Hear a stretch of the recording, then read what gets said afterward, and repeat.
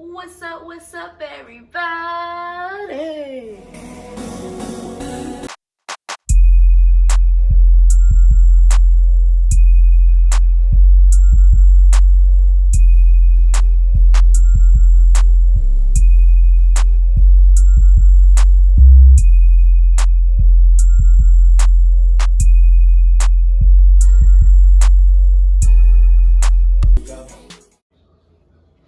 And welcome back to my YouTube.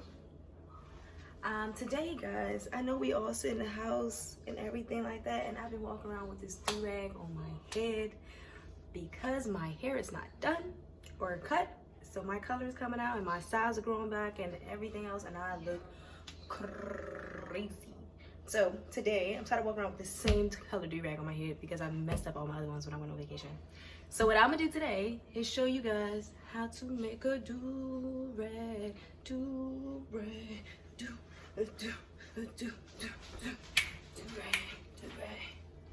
Alright, so let's get it. So for this video, I'm gonna show you kind of some tools that you're gonna need. Any fabric, you only would need one type of fabric, and since we are making a durag, so it's supposed to protect your hair as well as lay it down. I have some really thin, lightweight fabric, almost silk type. And this one, this African print is cotton. However, it's lined with a nice soft silk fabric on the inside. That part is the one you will have on your head, and this is the part that shows. You'll need a couple of pins, and you'll also need some scissors. Don't worry about my janky scissors, they are right. And this, for the tutorial, you will need a sewing machine to help sew down that one stitch. This durag is gonna be so easy. You're gonna be like, oh my gosh, what? Okay guys, so I chose to use this fabric, the one with the lining on the inside as well, had the design on the outside. And basically I normally do this just by eye because I know how a durag looks or supposed to look. So you can do this as well. So it's just a big old oval with a dent in here, with a slash, and this can be the pattern anyway. It could be as short or as long as you want it. This just ties in the front to hold the thing down, but this can just be a guide to keep it straight while you're cutting it out. You don't necessarily have to have this long of a line.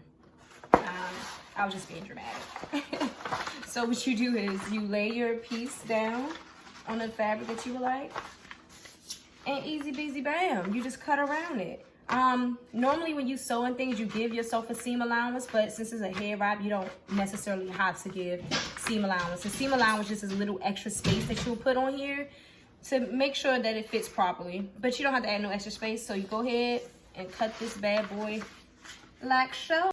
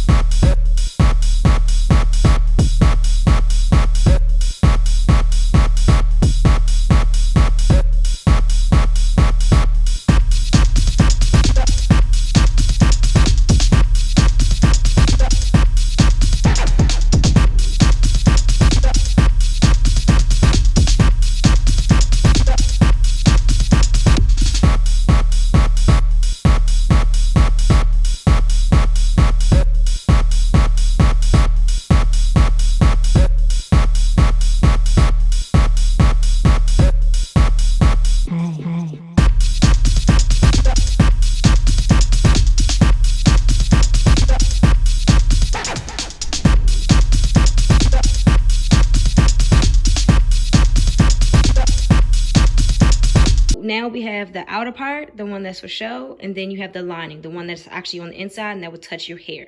So from here is one stitch, and that's from here down to there, back stitching here and back stitching right there. And the same for this one. You back stitch here and you go around and you back stitch there. Back stitching is just going back and forth with the needle so it can stay in place, so it does not rip and does not move, and it gives you that nice finish that you'll have.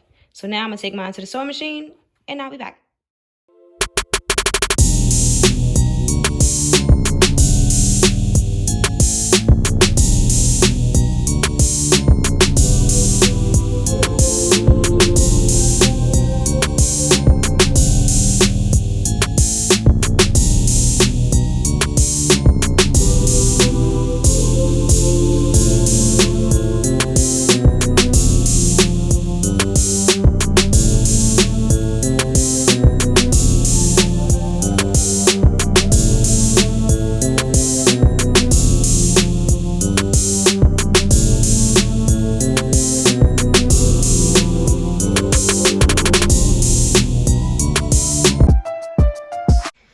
So now that you have both pieces sewn from the top all the way through the back and at the bottom, that's for both pieces.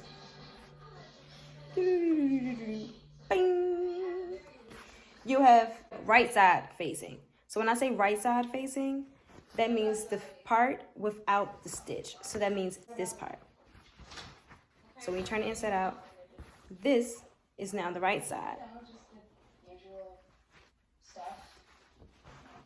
And the same for this one. You turn it inside out, and now you're looking at the right side. So you'll put those two pieces, touch those pieces together. So I only turned this one on the right side just to show you what the right side is. But in order to have the right sides facing, one of them have to be showing wrong side.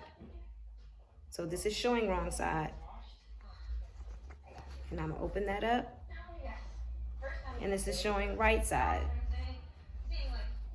So now, when I put this inside, you have the right sides facing. So what you're gonna do is you're gonna line the top pieces up like so. See these pieces? Line them things up. For me, I like to open my seams so it can have that nice flat fitting. You don't want to feel like a knot on top of your head. So I open that thing up on both sides.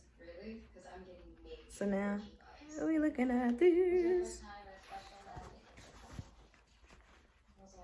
And that's when we bring back our pins. Bring them back, bring them out. So, and now you're going to pin the outing.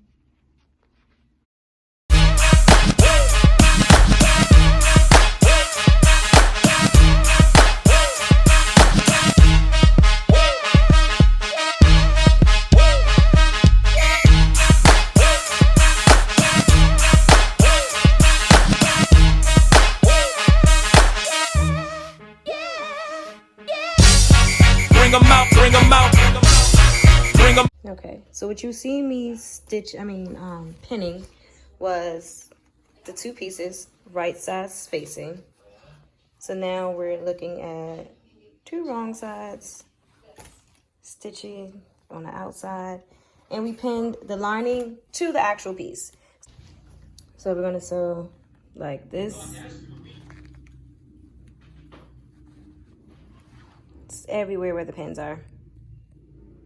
And we'll be all right, guys. So right now we're looking at the wrong side of everything.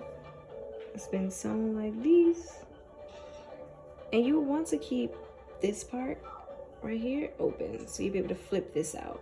So you'll sew from here, keep this open, keep this little round part right here open, and sew all the way around. Same on the other side. So you see that the strap is inside this way right here. That's why you keep this little part open, so you'll be able to pull that out. All right, guys. So after you turn anything inside out, the sides right here where you had to leave open, you can now press shut and hand stitch it. It will come out with a better finish. You won't be able to see it. You can use a blind stitch to close it out. And also down here, you can flip. You should flip this over both sides. So also this right here, press that bad boy shut like this with your iron, and you can do a straight stitch all the way across.